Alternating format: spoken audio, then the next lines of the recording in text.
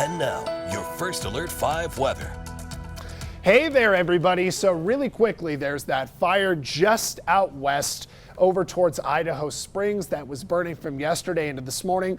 There was a little bit of snow on it overnight, and firefighters were able to contain it pretty well to about 12 acres, and they're working on the perimeter. So no new updates there from this morning, if you were wondering, and we actually know there's some more moisture headed towards that fire through the mountains already right now, with cloud cover still pretty thick here locally. You can see that really well in our sky cams, or if you're looking out your windows today. 19-mile-per-hour winds mean it is cold. 26 at our airport. Feels like 12 out there, and it's not a whole lot different at our Colorado Springs studio. Now, when we take a look from Pueblo, or Colorado Springs to Pueblo, we actually had somebody out walking the dog early this morning, which I thought that was pretty brave considering how cold and windy it is. It's 32 and it feels like 23 with the wind running right across the flags early this morning. Now, taking a look at our temperatures. Up and down the interstate, it's a little bit warmer when you go south, so we're going to try to move some warmer air up to Springs and Pueblo. 36 in Trinidad, 37 in La Junta, 26 in Denver. It is cold up in the Mile High City, and 30s out towards Westcliff. Now, when you hour-by-hour temperature trends, today's Monday and through the afternoon, we're going to try to get to the low 30s for our highs today in Colorado Springs, but even that might be a challenge. Just like Pueblo, I think we'll do a better job of staying in the mid-30s before we settle into the 20s tonight.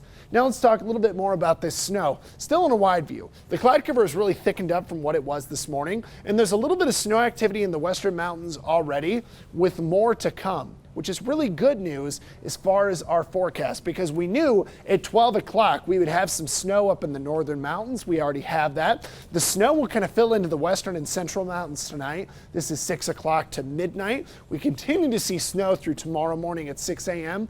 Dry skies along I-25 from Trinidad to Denver. And then as we take a look at tomorrow morning, we do get this clouds to clear out, and we get the snow to back away into the southwest mountains. So how much is expected along the I-70 corridor?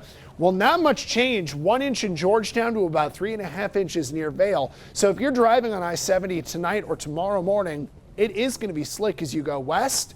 But again, we're dry from Denver down to Colorado Springs. When we look at our next system to bring us a little bit of snow, there's some hope for a system on Friday to Saturday morning.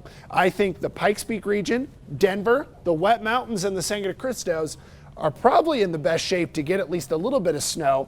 Colorado Springs from downtown to Pueblo, well, that's where things don't look quite as good. So we have a chance, and that actually brings us from our temperatures today to our Super 7-day forecast. We know there's some warm air with fire danger on Wednesday and Thursday. When we break out our forecast for Thursday into Friday, we know that the Palmer Divide and Rampart Range, so northern El Paso County, western El Paso County, are the areas to watch for snow.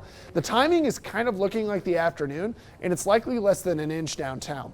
There's a lot to watch with this system, so just hang with us as we get through the week. We're going to be in the 60s on Wednesday and Thursday. On Friday, flurries are possible, with 40s going into Saturday. So it's a little warmer midweek, and we're hoping for at least a very light snow.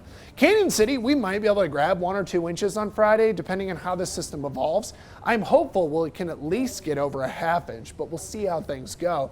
Finally, Woodland Park, we should be able to get kind of in that 1 to 3 inch range is what it has the look to me right now. We're in the 40s out through Wednesday, Thursday, and even colder to the end of the week. Eric?